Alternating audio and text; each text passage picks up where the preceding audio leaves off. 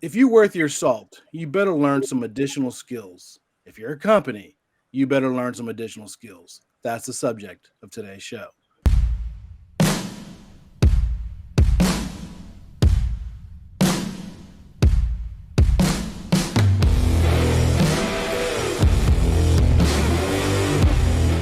Welcome to the show where we tackle the tough questions submitted by installers, estimators, project managers, ICT personnel.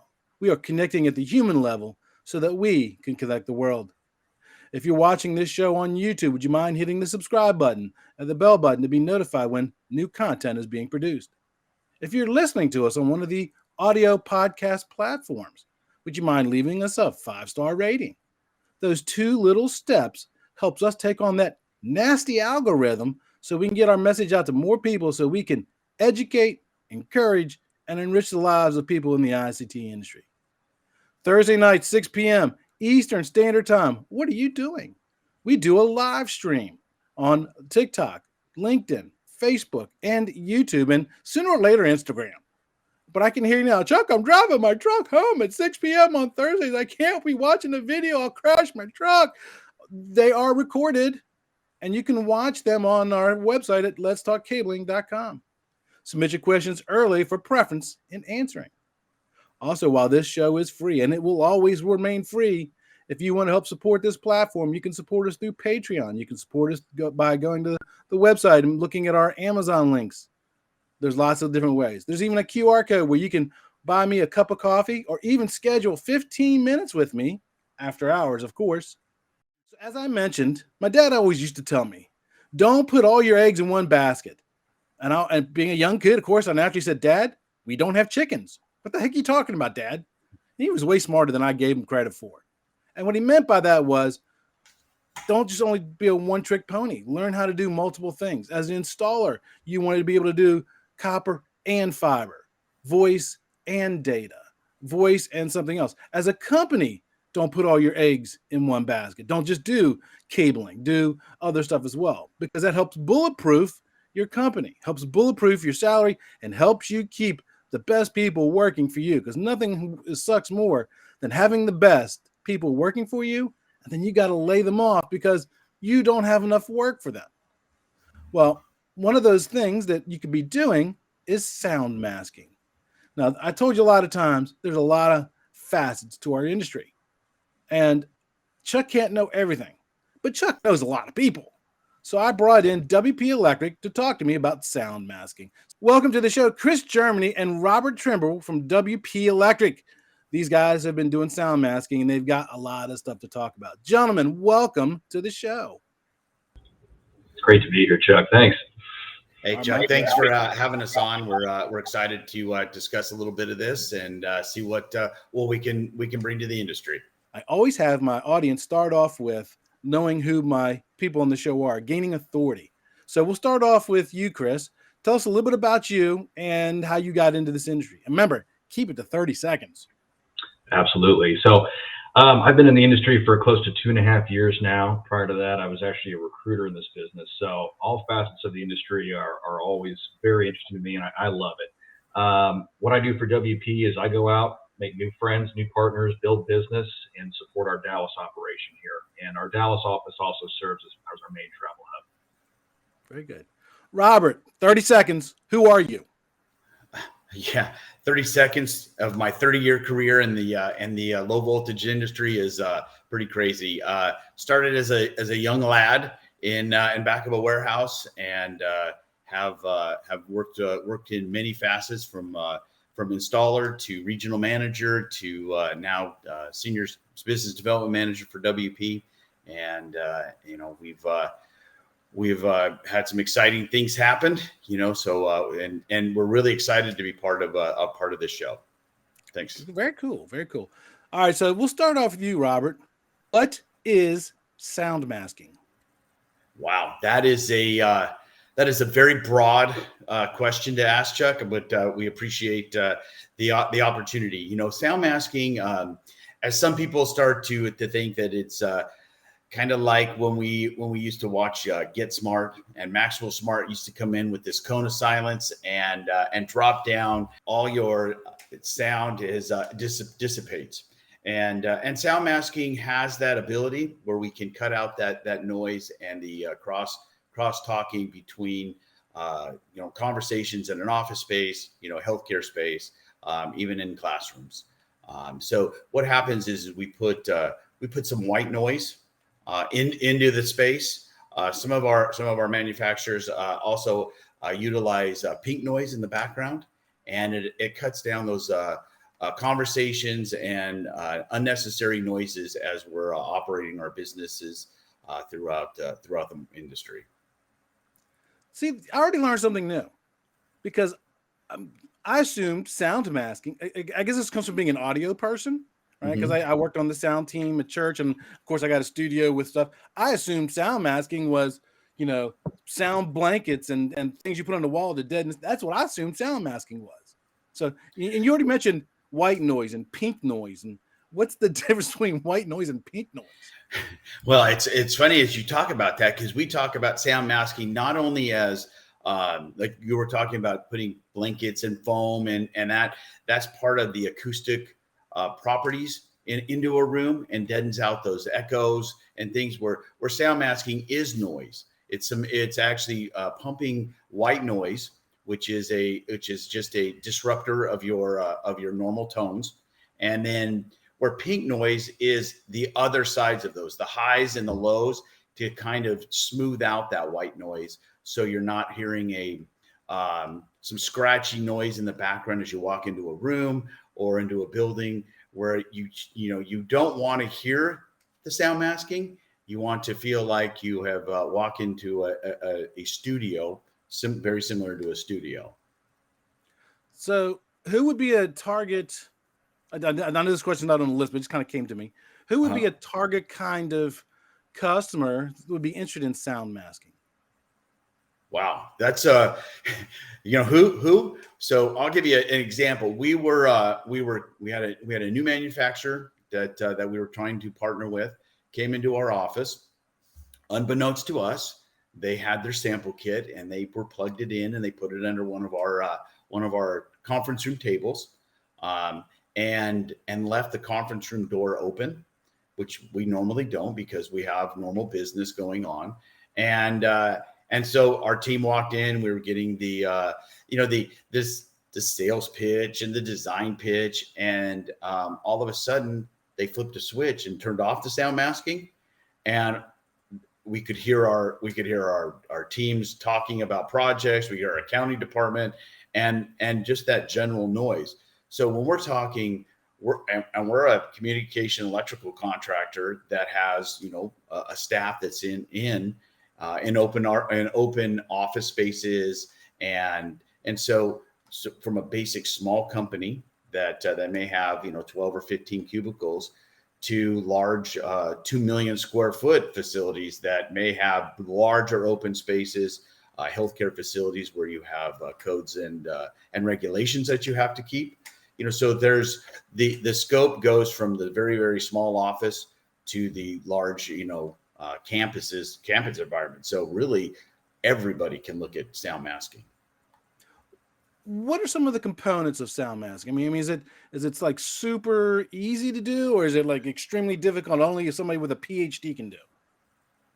Well, I'll tell you that sometimes it is a PhD that we have to get involved. But we're very lucky that our partners, we have 3 or 4 different sound masking partners, have given us the tools to design based on, and really it's based on the space that we're looking at, ceiling height, wall placement. Actually, is there tile? Is there carpet? Then we have the components of the system. It's very, very simple. Amplifier, noise generation, speakers, some cabling, on the network, off the network, depending on what the client is looking to do with that unit. Gotcha. So is the approach for sound masking, is it based on the environment? Like, for example, would a sound masking system for, like you mentioned, your office? Would that be different from one, say, found in a large manufacturing facility? I think that when we talk about sound masking, we have to look at, like you said, the environment that we're in, and then the design. What is the client looking to do? Are they looking to deaden out all that noise? Are they looking at just to just to reduce the noise and the uncomfortability of a large manufacturing plant? If the architect has a sound engineer or an acoustical engineer that has designed their building to knock out some of that noise, they may not know that they've changed the scope, the design of the building or the office space. So they may need to have some additional tools with sound masking to be able to knock down some of that extra noise. Gotcha. Now you're kind of unique at WP Electric. You do electrical and you do low voltage. So you've got the electrical engineers and stuff like that. If there's a contractor that all they do is low voltage, is this something that a low voltage contractor can do easily? Oh, I think so. As WP, we're diverse in electrical as well as our technology teams. Started off in the let's pull cable and let's add a fax machine, let's add a couple of computers, and then as we started to notice that office spaces needed more. They needed a lot more than just some cable. The sound masking comes in, and with the partners in the industry today, be it somebody like Lencor, where they're able to come in and assist in those designs. So a smaller company could come in and add some value to their clients. A large company typically has a design team or an engineering team that could very easily adapt into sound masking. Gotcha. Chris, I know that your function is more on the sales side. Let's say there's a low voltage company out there that's hearing this message and they're hearing this sound masking thing, and they're like, this might be something that we want to get into. What are some ways to approach a customer to get them interested, or at least open the door to have a conversation? Yeah, great question. I think the first thing you need to look at is, what is that customer? What do they do? And again, we talked about different environments. You have manufacturing, you have healthcare, you also have commercial environments. I would say, let's look at a layout. I'll give you an example. We're looking at an opportunity right now where a customer is going into an office space, and it's an open architecture floor plan. Well, so again, not everybody's going to have their own office. So you already are taking into mind, how much speech privacy is available here. Those are the type of opportunities I would look at. And again, it can be a myriad of different businesses that are out there. But for commercial, I would say first start out and look at what is the layout. First, try to figure out too, do they have a return to office policy in place? If so, hey, you're going to be having a lot more people in there. Another thing that we're seeing now is, with a pending recession coming up, is, how much space do they want to consolidate? And again, if we're talking about, hey, it's a bunch of cubicles or an open floor plan, there's going to be a lot of noise. So that's definitely an area I would tell people, look at the customer, look at where they're at. Are they going to be back in the office? Outside of that too, you take into account HIPAA laws. So a lot of that privacy is very, very critical for a lot of healthcare firms to maintain their reputation and make, obviously, patients feel at ease. So whether it's a hospital, it could be a medical office building, a clinic, I would tell people, when you're looking at these opportunities, make sure you do your homework. A lot of where I do a lot of my business is LinkedIn, networking opportunities, but I always make sure before I go in and talk to somebody, I need to understand the layout first before just saying, hey, I have a solution, right? And that helps me really stand out from a lot of others in this field.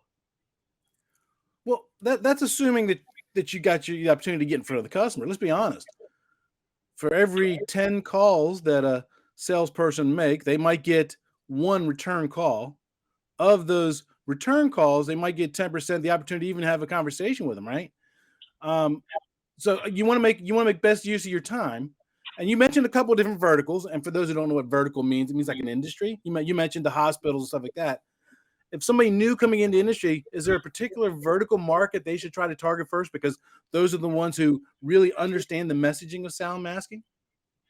I think that's all based on where the company you're with has the most success. Some companies really focus, like WP. We do a lot of industrial, commercial, and that, but we don't try and go outside of where we're not good. So I think that's going to depend on where the company has had most recent success. Outside of that, yes, you're right. It takes a lot of dialing, a lot of reaching out. The nice thing that how we're built, and I would tell other firms as well, is you need to be diversified. You cannot just say, hey, I do X and only X. We do X, Y, and Z, and that encompasses a myriad of things. But what it really does for me is when I go in to talk to a customer, okay, maybe I am talking about sound masking. Maybe that's not the right fit. Well, I've got another solution. I want to be able to, when I talk to a customer, be able to own everything from an end device that requires any kind of connection, whether it's wired or wireless, in a company, to let them know that, hey, we are a partner for you. We offer different solutions. We want to be your one-stop shop and help you out. So that's the blessing I have being a part of WP. I would say that others who are siloed into just doing one thing, this is why you need to look at sound masking. This is going to open up several opportunities for you. And I do believe with sound masking, as I mentioned, because so many companies are now looking to reduce their footprint while still maintaining a lot of their headcount. I see this as a way of not saying being recession proof, but it's definitely going to be able to open up some more doors for you. It's funny you say that, because I've said for many, many years, because I've been in the industry since 1982, and so I've got one or two summers of doing this. So I've seen a lot of, and I mean, as the economy goes through cycles, you go ups and you go downs and stuff like that. So I've seen some good times, I've seen some bad times, and knock on wood, this is one of the, I don't want to say it's recession proof, but it's close to being recession proof, because when the economy's bustling and growing and stuff, people are moving into larger offices. When we're hitting recessions and they're laying off people, they move to smaller offices, and we got to wire up those. So, like I said, it's about as close to a recession-proof industry as you can find. Although technically there is no such thing as a recession-proof company. But so Robert, Chris mentioned about doing some design stuff, right? What are some design guidelines that you got to look at when you're designing a sound masking system? Man, that is a great question, because we can design anything right, and we can design a lot of things wrong.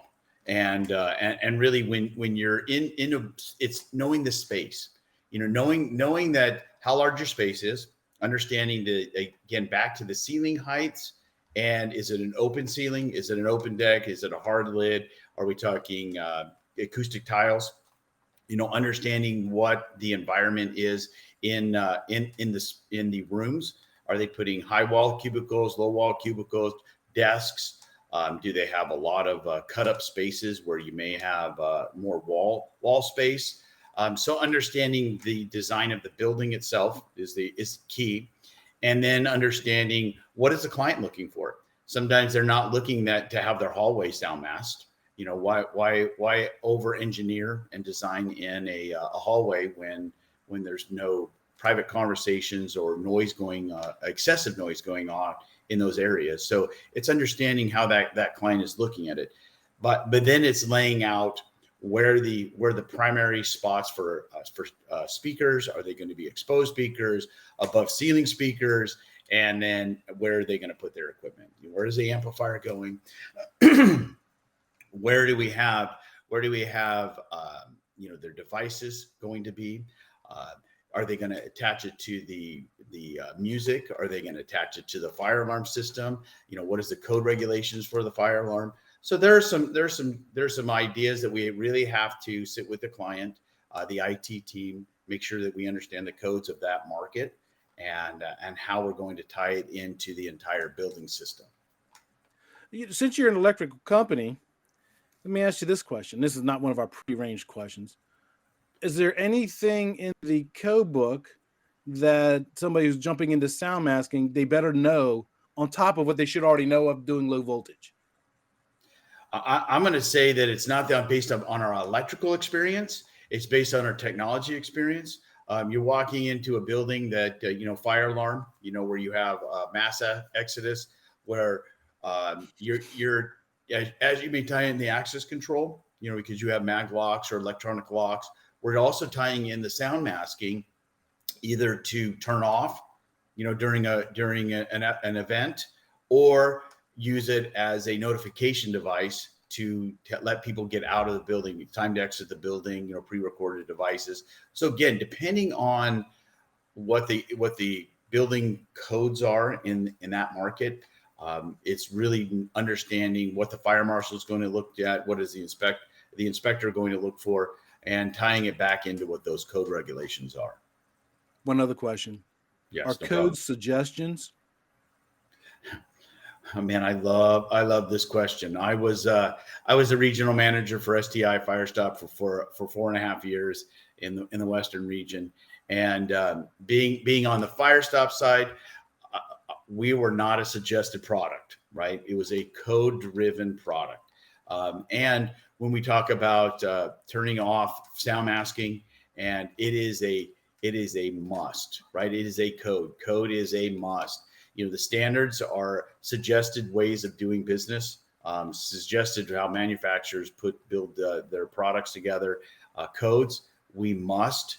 Standards, we could.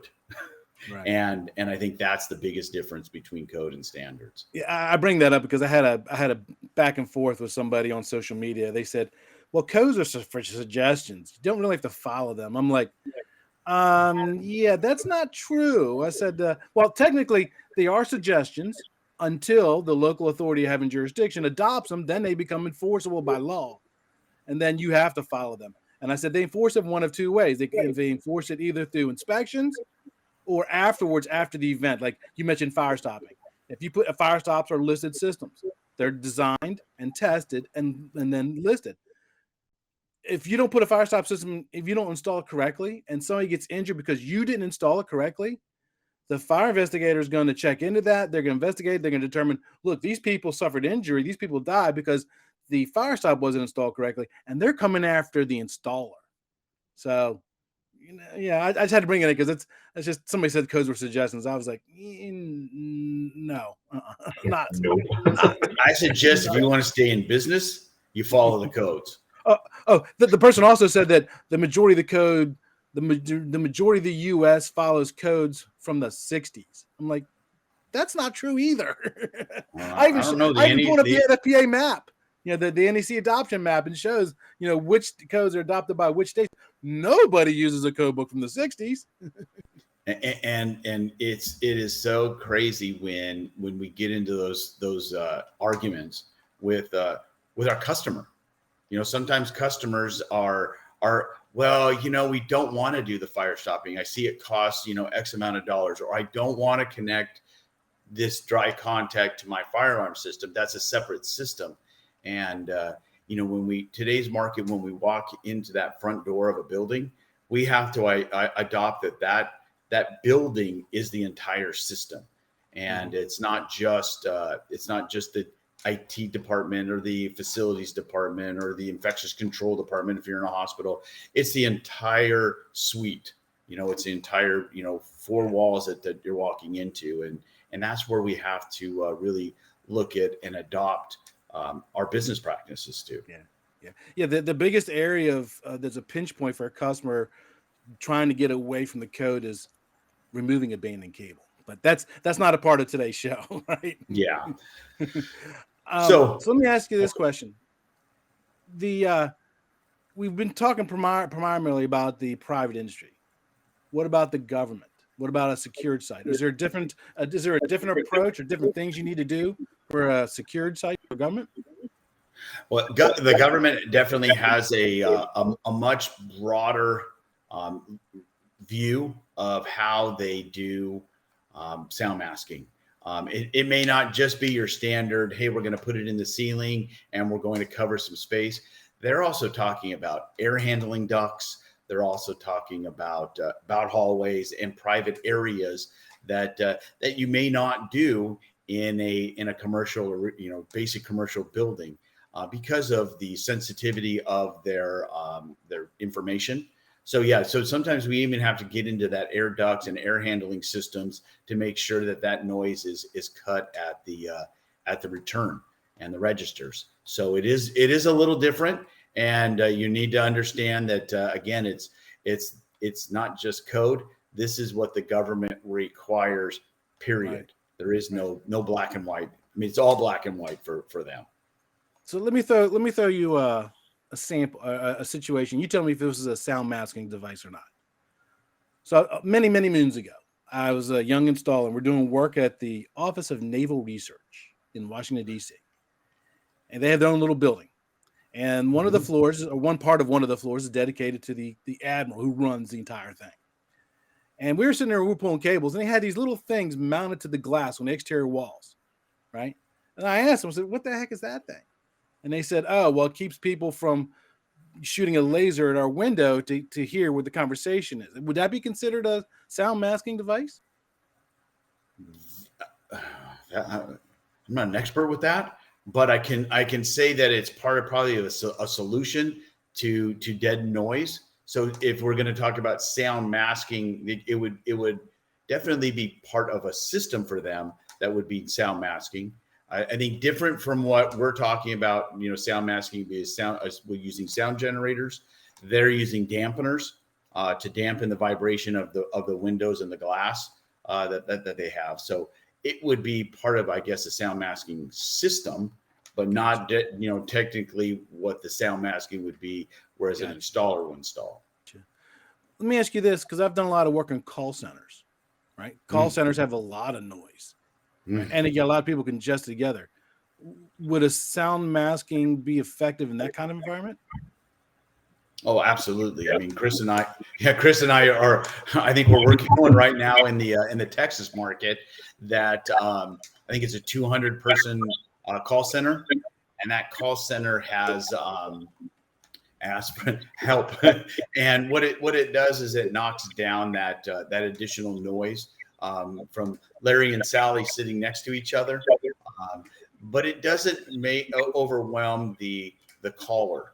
They would not even they wouldn't understand that there was a device in the background knocking down that noise. But it subtly adds a layer of it's quiet. It sounds like it's funny talking about adding noise to make it quieter. Yeah, that seems counterintuitive, doesn't it? Yeah, it does. So let's talk about resources, right? Let's say there's a low voltage contractor that said, okay, you guys talk me into it, I'm going to get into this market. So Chris, I'm going to ask you about sales resources, but I want to start off with Robert first. What kind of resources are out there that are free to help somebody get into this? We have a lot of our manufacturers, a lot of our design teams that have the resources that can either do training for contractors to show them how to lay out and how to design a system. But then there's also their resources. A lot of the sound masking resellers or manufacturers have design teams that they will offer those services. Sometimes it's free. There might be a minimal cost depending on the detail and how large the design is. But mostly the teams need a set of prints, and they will put together a rough design, a rough order of magnitude, and then once the building is final set, they will do a stamp. I'm not going to say a stamped engineer design, but a signed off design for that install. Excellent. Chris, what are some resources to help a low voltage person identify customers or maybe help acquire customers? Yeah, I think one of the big things that you can first start to do is, talk to your distribution partners, right? We're very fortunate. We have some great ones that partner with us. Inside some of these distribution teams, they do have folks that focus specifically, whether it be sound masking or another type of solution that relates to low voltage. That's a good start, especially too. They'll walk you through, hey, here's who we like to work with, so on and so forth. But I think another good thing to do is, really start looking at some of the trade opportunities that are out there. A lot of these manufacturers that we work with are part of major trade shows, whether it's Big C or other regional type opportunities that are out there. So also too, going on the internet, looking around, seeing what's going on, checking out great podcasts like you have, Chuck, to get more information and education about this. So there's a lot of knowledge and a lot of information that's out there that's available to install partners that are out there. But I would definitely say, besides what Robert mentioned with manufacturers, talk to your distribution partners. Go check out events. go online, do your research, see what's going to fit. And even though we say sound masking involves a head end, an amplifier, and a speaker, they're not all made the same. They're not all engineered the same. So, that's going to talk depending on the type of customer and making sure you ask the question of what's their budget. So I would say definitely do your research, get heavily involved. And like I said, work directly with manufacturers, but also distribution. They'll put you on the right path. Now, when you say distribution, do you mean like the normal distribution, like we're already familiar with, like the gray bars and the annexers, or is there a Yes. different distribution channel? No, absolutely. Those are great partners. You have many, Gray Bar, Annixter, Wesco. There's so many other firms that are out there, but yes, get involved and ask them and see what's going on. Because the other thing too, we're running into, is obviously lead times with material, right? Some are going to be more rapidly available than others, and depending on what the customer's timeline is, may dictate what solution you go with.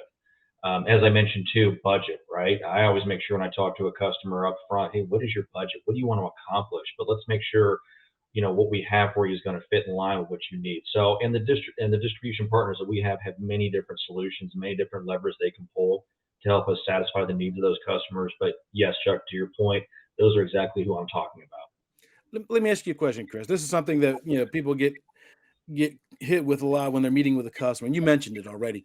I always tell people all the time, ask them what their budget is, right?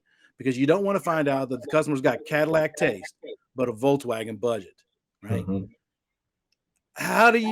What's a good way to have a conversation with the customer, tell them what they want is really not within their price range? How do you talk them into that other system? This to me is probably the first question I ask with a customer, besides getting to know them. What are they experiencing? Hey, what is your forecast coming up? And then saying, hey, and if they're not really sure, I always ask, well, who else do we need to involve in the conversation? If they're still not sure, well, let's get a bracket, because what I tell them is, look, your time is very valuable to me, just as, my time is hopefully valuable to you. So let's make sure before we put something together, we understand where that's at. Okay. Now, if you need options, certainly so, but I'm not afraid to ask that question. That to me is a qualifier up front. Hey, are we the right partner for you? Because, in simple sense, WP is not going to be the right partner for several customers. And the ones that do treat us like a partner, those are the ones we want to work with.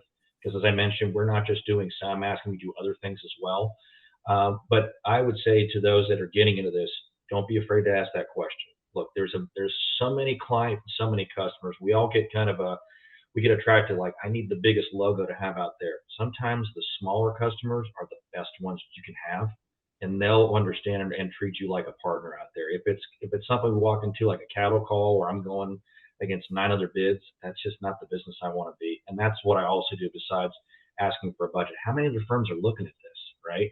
I want to make sure, hey, you're valuing my time. So I would tell people, get a really good understanding of what that is, and then communicate that to them. But also, to make sure you qualify as you're going through the sales process constantly. Hey, has anything changed? You could be working with somebody 1 minute, and then the next week, hey, they're going to a different company, right? Now you got somebody you got to start all over with. Well, make sure you have all that information that you can relay back to that customer, that new contact. So there's so many variables we can control, right? But I just make sure at the very beginning, we understand what is it you want, here's where it's at. And if we get to the end and we have a quote to a customer and they're like, well, can you guys sharpen the pencil? I'm usually going to say, okay, what do you want to take out of the solution here? And leave it at that. Ding, ding, ding, ding, ding, ding, ding, ding. Oh, that's so good. Right. I love that, because, what you basically just described is called qualifying the sales opportunity, right? Not every customer, everybody who approaches you want to be a partner with, right? I see this a lot on the internet. You'll see a picture of somebody doing some sloppy work, and inevitably there'll be a comment that says, well, yeah, I can find a guy cheaper. You're putting your reputation at risk if you go to work for a customer who says, that code, it's really just a suggestion. You're putting your reputation at risk.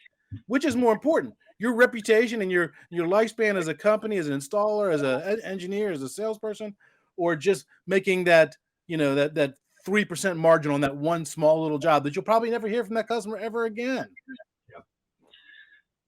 And that's the thing too, is when I see those and hear those type of opportunities going down, I always look at it and go like, well, there's two things. One, they must be hurting for business, or two, they're not really going out there and trying to make new friends and new partners. And that's what you should be doing all the time, because no customer lasts forever. Let's be honest here. So, that's exactly what we do is understand and qualify from the opportunity, but also we make sure as part of our qualifying, we're constantly educating the customer. As I mentioned, lead times. Things can change, right? Has a budget changed? Has the C-suite of a company completely changed? Constantly understanding what's coming at you, because again, you can only control so many variables, but at the end of the day, we just want to make sure, hey, we're your partner for you. Please treat us the same. Yeah. Gentlemen, it's been an absolutely interesting conversation. I also understand that you do some distributed antenna system stuff.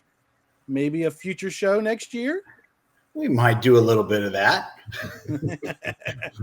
Because I get a lot of questions about DAS systems and stuff like that. And if we get a lot of questions and comments on this subject, I might bring you back on to talk more about sound masking. You guys up for that? Oh, yeah. We would love to be able to talk to you about some of our other solutions that we do. Nice.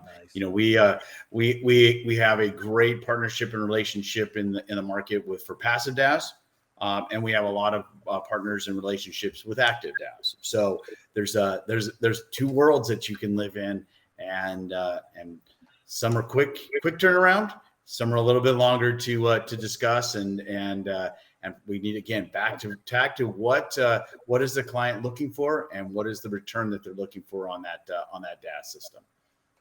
True words have never been spoken. I appreciate you guys being on today. So, you interested? Because it sounds to me like there's an opportunity in knocking. You might want to look into sound masking. Until next time, knowledge is power. That's it for this episode of today's podcast. We hope you were able to learn something. Make sure to subscribe so you don't miss out on future content. Also, leave a rating so we can help even more people learn about telecommunications. Until next time, be safe.